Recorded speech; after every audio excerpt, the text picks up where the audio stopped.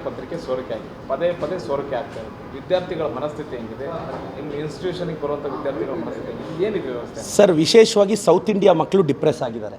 ಇದು ನೀಟ್ ಜಾರಿಗೆ ಬಂದಾಗಿಂದ 2017ಇಂದ ಅಫಿಷಿಯಲಿ ನೀಟ್ ಎಕ್ಸಾಮು ಅಂದರೆ ಕನ್ಸಿಡರ್ ಮಾಡ್ತಾ ಇರೋದು.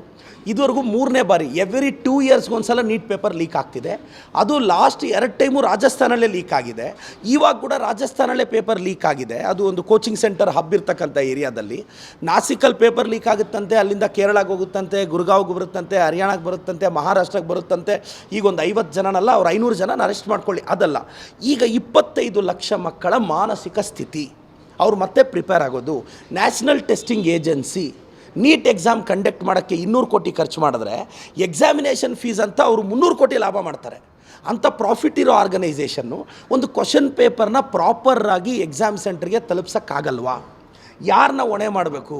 ನ್ಯಾಷನಲ್ ಟೆಸ್ಟಿಂಗ್ ಏಜೆನ್ಸಿನ ಹೊಣೆ ಮಾಡಬೇಕಾ, ಇಲ್ಲ ಕೇಂದ್ರದ BJPನ ಹೊಣೆ ಮಾಡಬೇಕಾ? ಈ ವೈಫಲ್ಯಕ್ಕೆ ಕಾರಣ ಯಾರು? ಈಗ 25 ಲಕ್ಷ ಮಕ್ಕಳು ಅಂದರೆ ತಂದೆ ತಾಯಿ 1 ಕೋಟಿ, ಅಂದರೆ ಆ ಫ್ಯಾಮಿಲಿ ಸೇರಿಸಿದ್ರೆ 1 ಕೋಟಿ ಪಾಪ್ಯುಲೇಷನ್ ಮೇಲೆ ಇದು ಎಫೆಕ್ಟ್ ಆಗುತ್ತೆ. ನಾನು ಹೇಳೋದಿಷ್ಟೇ, ಕರ್ನಾಟಕದ ವಿದ್ಯಾರ್ಥಿಗಳಿಗೆ ನಾನು ರಿಕ್ವೆಸ್ಟ್ ಮಾಡ್ತೀನಿ, ದಯವಿಟ್ಟು ಪ್ಯಾನಿಕ್ ಆಗಬೇಡಿ. ಏನು ಮಾಡೋಕ್ಕಾಗಲ್ಲ. ಆರ್ಟ್ ಆಫ್ ಲಿವಿಂಗಲ್ಲಿ ಬಂದು ಭಾಷಣ ಮಾಡ್ತಾರೆ, ವಿದ್ಯಾರ್ಥಿಗಳ ಸೈನ್ಸ್ ಆಫ್ ಸಫರಿಂಗ್ ಕೇಳೋರಿಲ್ಲ, ಏನೂ ಮಾಡೋಂಗಿಲ್ಲ. ಅವ್ರಿನ್ನು 15 ದಿನಕ್ಕೆ ನೀಟ್ ನಡೆಸ್ತಾರೋ, 1 ತಿಂಗಳಿಗೆ ನೀಟ್ ನಡೆಸ್ತಾರೋ, ಒಂದು 10-15 ದಿನ ಅಂತೂ ಬೇಕು. ದಯವಿಟ್ಟು ಮೆಂಟಲಿ ಪ್ರಿಪೇರ್ ಆಗಿ. 15 ಡೇಸಿಗೆ ಬಂದರೆ ಹೆಂಗೆ ಓದಬೇಕು, 30 ಡೇಸ್ಗೆ ಬಂದರೆ ಹೆಂಗೆ ಓದಬೇಕು, ಅಕಸ್ಮಾತ್ 45 ಡೇಸ್ಗೆ ಬಂದರೆ ಹೆಂಗೆ ಓದಬೇಕು. ಇವತ್ತಿಂದ ಪ್ರಿಪ್ರೇಷನ್ ಮೋಡಿಗೆ ಬನ್ನಿ. ಡೈಲಿ ಗೂಗಲ್ ಸರ್ಚ್ ಮಾಡಿ ಯಾವಾಗ ಎಕ್ಸಾಮ್ ಅಂತ ತಲೆ ಕೆಡಿಸ್ಕೋಬೇಡಿ. ಆಲ್ ಟಿಕೆಟ್ ರಿಲೀಸ್ ಮಾಡ್ತೀವಿ ಅಂತ ಹೇಳಿದ್ದಾರೆ. ಮತ್ತೆ ನೀವು ಹೊಸ್ದಾಗಿ ಅಪ್ಲಿಕೇಶನ್ ಹಾಕೋ ಅವಶ್ಯಕತೆ ಇಲ್ಲ, ಹೊಸ್ದಾಗಿ ಫೀಸ್ ಕಟ್ಟೋ ಅವಶ್ಯಕತೆ ಇಲ್ಲ. ಆಲ್ರೆಡಿ ನೀವು ಕಟ್ಟಿರೋ ಫೀಸ್ ಏನು 1700 ರೂಪಾಯಿ ಜನರಲ್ ಅವ್ರು ಕಟ್ಟಿದ್ದೀರಾ, 1600 ರೂಪಾಯಿ OBC ಅವ್ರು ಕಟ್ಟಿದ್ದೀರಾ, ಅದು ನಿಮ್ಮ ಅಕೌಂಟಿಗೆ ವಾಪಸ್ ಬರುತ್ತೆ. ಆಲ್ ಟಿಕೆಟ್ಟು ಸೆಂಟರ್ ಒಂದು ಸಲ ಚೆಕ್ ಮಾಡ್ಕೊಳ್ಳಿ. ದಯವಿಟ್ಟು ಪ್ರಿಪೇರ್ ಆಗಿ. ಕರ್ನಾಟಕದ ವಿದ್ಯಾರ್ಥಿಗಳು 1,80,000 ನಿಮ್ಮ ತಂದೆ ತಾಯಿಗಳ ಪೋಷಕರ ಪರಿಶ್ರಮ, ನಿಮ್ಮ ಪರಿಶ್ರಮ ವಿಫಲ ಆಗಬಾರ್ದು. ಇನ್ನೊಂದು 15-20 ಡೇಸ್ ದಯವಿಟ್ಟು ತಮ್ಮ ಕಾಲೇಜುಗಳಿಗೆ ಹೋಗ್ತಿರೋ, ವಿದ್ಯಾಸಂಸ್ಥೆಗಳಿಗೆ ಹೋಗ್ತಿರೋ, ಪ್ಲೀಸ್ ಸೀರಿಯಸ್ ನೋಟಲ್ಲಿ ಪ್ರಿಪ್ರೇಷನ್ ಸ್ಟಾರ್ಟ್ ಮಾಡಿ. ಈ ಬಾರಿ NT ಅವರು ಟ್ರಾನ್ಸ್ಪರೆಂಟಾಗಿ ನಡೆಸ್ತಾರೆ ಅಂತ ಏನು 10 ದಿನ ಇದ್ದಾಗ NT ಅವರು ಈ ಪಾರ್ಟಿ ಟ್ವೀಟ್ ಮಾಡಿದ್ದು ನಾನು ನೋಡಲೇ ಇಲ್ಲ ಸರ್. ಒಂದು 4 ದಿನ ಇತ್ತು sir exam. We are 10 steps ahead. ನೀವು ಚಿಕ್ಕ ಮಕ್ಕಳಲ್ಲ, ನೀವು ಬೆಳೆದಿದ್ದೀರಾ, ನಾವು ನಿಮಗಿಂತ 10 ಹೆಜ್ಜೆ ಮುಂದೆ ಇದ್ದೀವಿ. ಟ್ವೀಟ್ ನೋಡಬೇಕು sir. State, nation, social media ಎಲ್ಲ ಭಯ ಬಿದ್ದುಬಿಟ್ರು. ಏನಪ್ಪ NT ಅವ್ರು ಹಿಂಗೆ ಟ್ವೀಟ್ ಮಾಡಿದ್ದಾರೆ, ಏನೇನಾಗುತ್ತೋ, ಪೇಪರ್ ಹೆಂಗೆ ಬರುತ್ತೋ. ಒಂದು 5 ಮಾಡೆಲ್ ಕ್ವಶನ್ಸ್ ಹಾಕಿದ್ರು ಸರ್ NT ಅವರು. ಎಲ್ಲ ಕಾಂಟ್ರವರ್ಸಿ, 5 ಕ್ವಶನು ಕಾಂಟ್ರವರ್ಸಿ ಇತ್ತು. ಸ್ಟೂಡೆಂಟ್ಸ್ ಎಲ್ಲ ಭಯ ಬಿದ್ದುಬಿಟ್ರು, ಪೇಪರ್ ಹೆಂಗೆ ಬರುತ್ತೋ. ಅವ್ರು ಹೇಳಿದ್ರು high level of security, artificial intelligence. Chairman ಏನು ಹೇಳಿದ್ರು ಗೊತ್ತಾ? ನೀವೇನಾದರೂ ಎಕ್ಸಾಮ್ ಸೆಂಟ್ರಲ್ಲಿ ಒಬ್ಬರನ್ನೊಬ್ಬರು ಮಾತಾಡಿದ್ರೆ ನಮಗೆ ಆರ್ಟಿಫಿಷಿಯಲ್ ಇಂಟೆಲಿಜೆನ್ಸ್ ಮುಖಾಂತರ NTAಗೆ ಮೆಸೇಜ್ ಬಂದುಬಿಡುತ್ತೆ, ನಾವು ಡಿಸ್ಕ್ವಾಲಿಫೈ ಮಾಡಿಬಿಡ್ತೀವಿ ಅಂತೆಲ್ಲ ಹೇಳಿದ್ರು. ನೋಡಿದ್ರೆ ನಾಸಿಕಲ್ಲಿ ಪೇಪರ್ ಲೀಕ್ ಆಗಿದೆ.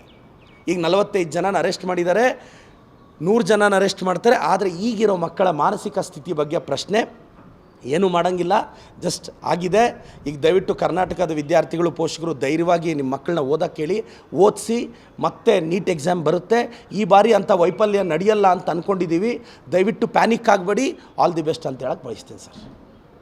ಕ್ಯಾಬಿನೆಟ್ ರೀಶಫಲ್ ವಿಚಾರಕ್ಕೆ ಸಂಬಂಧಪಟ್ಟ ನೀವೇನಾದರೂ ದೆಹಲಿಗೆ ಹೋಗ್ತಾ ಇದ್ದೀರಾ? ಸರ್, ಕ್ಯಾಬಿನೆಟ್ ರೀಶಫಲ್ ಆಗ್ತಿದೆ, ಹಿರಿಯರೆಲ್ಲ ಅವಕಾಶ ಸಿಗಬೇಕು. ಸೊ ನಾನು ಜಸ್ಟ್ ತುಂಬ ಜನ ಹೋಗ್ತಾ ಇದ್ದಾರೆ, ಸುಮ್ಮನೆ ಜೊತೆಯಲ್ಲಿ ಹೋಗಿ ಬರ್ತೀನಿ ಅಷ್ಟೇ. ನನಗೇನು ಇಲ್ಲ ಅಲ್ಲ, ನೋಡಿ ಸರ್, ಕೇಳೋದಂತೇನಿಲ್ಲ.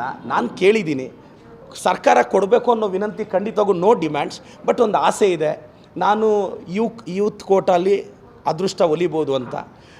ಸಿಕ್ಕಿದ್ರೆ ವೆಲ್ ಆ್ಯಂಡ್ ಗುಡ್, ಸಿಗಲಿಲ್ಲ ಅಂದರೆ ಸೀನಿಯರ್ಸಿಗೆ ಸಿಗ್ತಾರೆ. ಈಗ ನಮ್ಮಲ್ಲಿ ಸುಬ್ಬಾರೆಡ್ಡಿ ಸಾಹೇಬ್ರಿದ್ದಾರೆ, ಅವ್ರಿಗೆ ಸಿಕ್ಕಿದ್ರು ವೆಲ್ ಆ್ಯಂಡ್ ಗುಡ್. ಸೀತಾರಾಮ್ ಸಾಹೇಬ್ರಿದ್ದಾರೆ, ಅವ್ರಿಗೆ ಸಿಕ್ಕಿದ್ರು ವೆಲ್ ಆ್ಯಂಡ್ ಗುಡ್. ಅಕಸ್ಮಾತ್ ನನಗೆ ಸಿಗುತ್ತೆ ಅಂದರೆ ಸೀತಾರಾಮ್ ಸಾಹೇಬರು, ಸುಬ್ಬಾರೆಡ್ಡಿ ಸಾಹೇಬರು, ನಮ್ಮ MC ಸಾಹೇಬರು 3 ಜನ ಆಶೀರ್ವಾದ ಮಾಡ್ತಾರೆ, ಮತ್ತು ನನಗೆ ಸಹಕರಿಸ್ತಾರೆ ಅಂತ ಕೂಡ ನಂಬಿಕೆ ಇದೆ. ಬಟ್ ಹೋಗಿ ಕೇಳೋದು ಧರ್ಮ. ಅದೇನೋ ತೆಲುಗಲ್ಲೊಂದು ಮಾತಿದೆ, ಅಡಗಂದೆ ಅಮ್ಮಯ್ಯನ ಭೂ ಪೆಟ್ಟದು ಅಂತ. ಅಂದರೆ ಕೇಳಲಿಲ್ಲ ಅಂದರೆ ತಾಯಿ ಕೂಡ ಕೈ ತುತ್ತು ತಿನ್ಸಲ್ಲ ಅಂತ. ಸೊ ನಾನು ಹೋಗಿ ಕೇಳ್ತೀನಿ, ಒಂದು ಅವಕಾಶ ಕೊಡಿ ಅಂತ. ಸೊ ನಾನು ದೆಹಲಿ ಹೋಗಿ ಬರ್ತೀನಿ sir. Thank you so much sir.